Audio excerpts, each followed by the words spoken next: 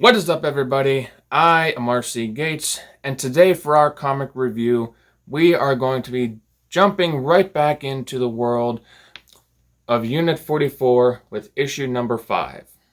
This is going to be continuing the wacky adventures of Agents Hatch and Gibson, and we are just going to jump right back into this.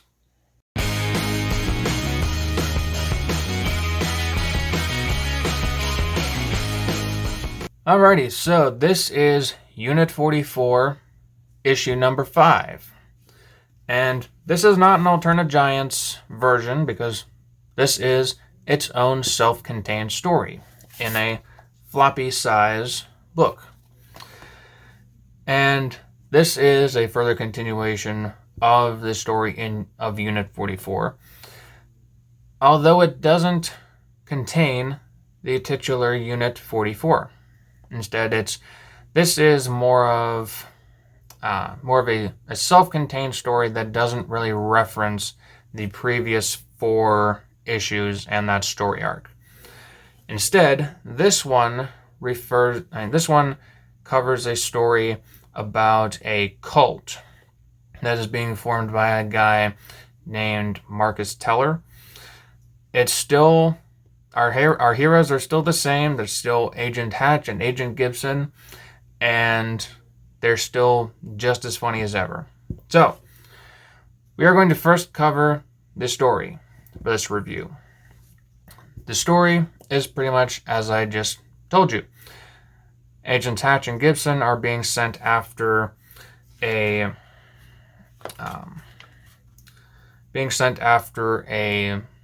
cult that is being started by this guy named Marcus Teller. And they're being sent after him because Agent Ballard, their superior, just wants to make sure that there's nothing weird going on. He wants to make sure that he wants to stop it before it gets too crazy. I mean, we don't want to have people going around like Jared Leto's cult or Ezra Miller's cult or anything like that. So he's being smart, and he's sending the two idiots of the team to go over and stop him. For a regular-sized comic, this actually flows quite well, and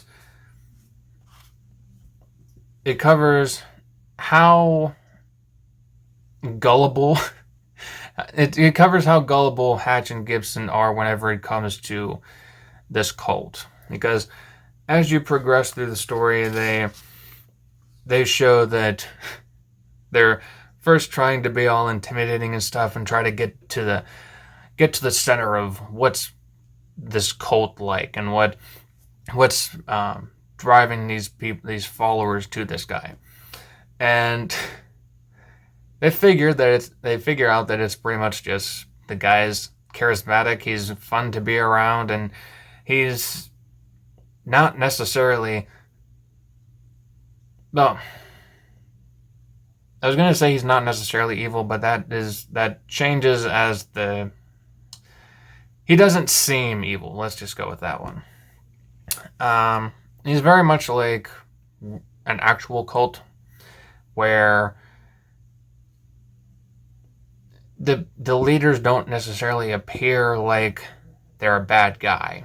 And that's how they draw people in, because they're like, oh, I'm just trying to look out for you, and we're all one group we're all one family, or whatever stuff cults say nowadays. And it's like, Agents Gibson and Hatch get sucked into that, and they almost get stuck in this same cult. And it's funny because you know it's going to happen, but you're just not sure how it's going to happen, because with these characters, you know that crap is going to go down with them.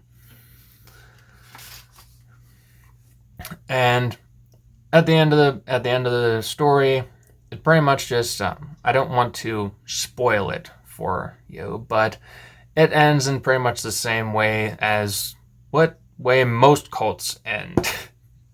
So I will leave that up to you to decide what happens. But it is a self-contained story. It is fun. It is funny.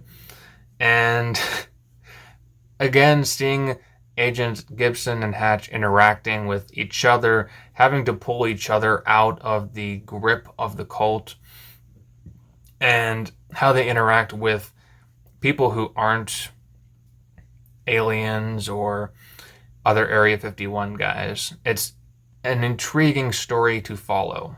So I really like the story, and I'd like to see more of these non sequitur stories, because as I previously mentioned, this doesn't have anything to do with the previous Free Dockin invasion or anything to do with Lindsay and what's his name? Albright.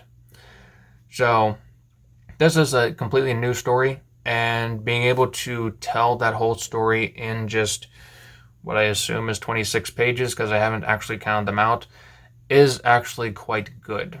So Wes Loker has done quite well with laying out these stories for Unit 44.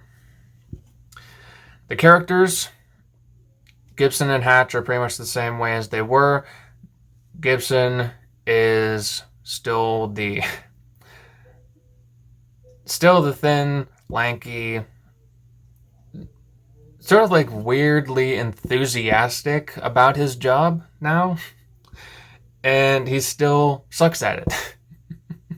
Because he falls into the thinking of the cult and pretty quickly. And it's quite funny. And Hatch is still the big brute who pretty much thinks more with his brawn than with his head. So he is still... I still could not get a Patrick Warburton voice out of my head whenever I would read his lines. So props to that. The only other character in this story, other than Agent Ballard, who fulfills the same role as the rough and tough and constantly berating superior. The only other character is the cult leader, Marcus Teller. And he's a usual cult leader. He's a very chill guy who portrays himself as not being very controlling, but still being very controlling with mannerisms and how he interacts with people. He lulls them into a false sense of security and then brings them into his clutches. So he plays the role quite well. And all the characters are written quite well. They all play their roles. They all play their roles as one would expect them to. All of them have their own unique voices still, and you're able to still hear their own individual voices as you're reading the book. Now, we're going to be moving on to art. And there is a big change in the art. There are panels where there is a lot of repetition, like on this page. But on the other pages, they're not just flat anymore.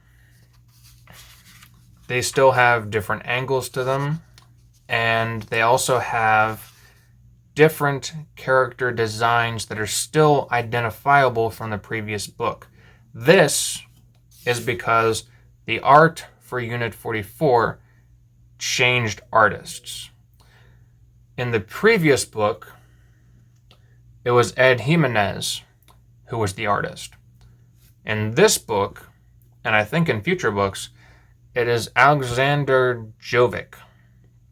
And I really like his art style for this book because it portrays the science fiction aspect and also the comedic aspect that meld so well together in this book.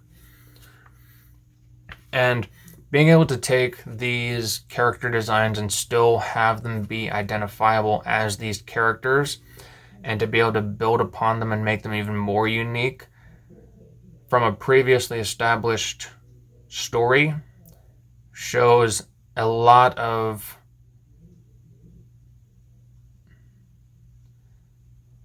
it shows a lot of art skill. So props to Alexander for being able to do that. Honestly, I like this style even better than the previous book. So definitely will be keeping a lookout for that in any further books that come out of the Unit 44 series. Now, moving on to the writing.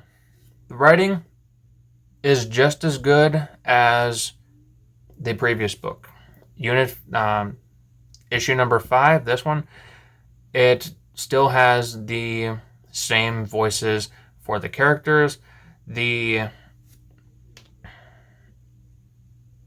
words that Teller uses, it's very much like what you'd expect from like a very chill hippie dude who would have enough charisma to bring people into him.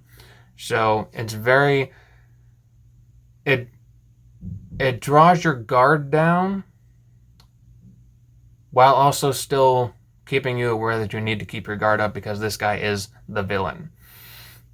And since he's the only other character in the book, it does lead us into the overall pacing of the story. So there's not really much to wait for in the beginning of the story.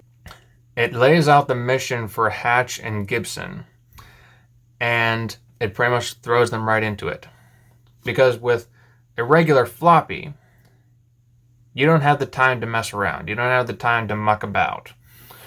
So, giving them the objective, telling them where to go, having them go there.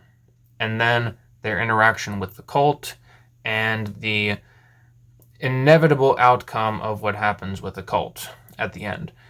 It all happens at a perfect pace, and I really liked how it transpired because you can feel the tension going and building from page to page as our heroes become more engrossed in the cult and they have to learn and fight their way out from it.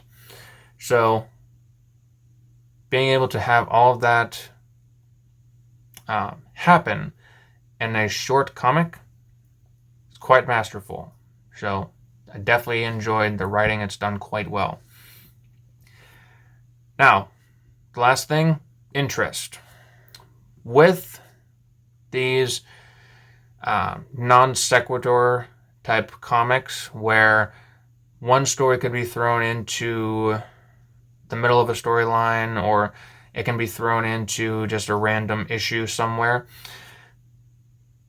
normally the interest would not carry over, but because it's an interesting subject like supernatural stuff or extraterrestrial stuff and you don't know what's going to come next, it's much more intriguing and it draws you in with that.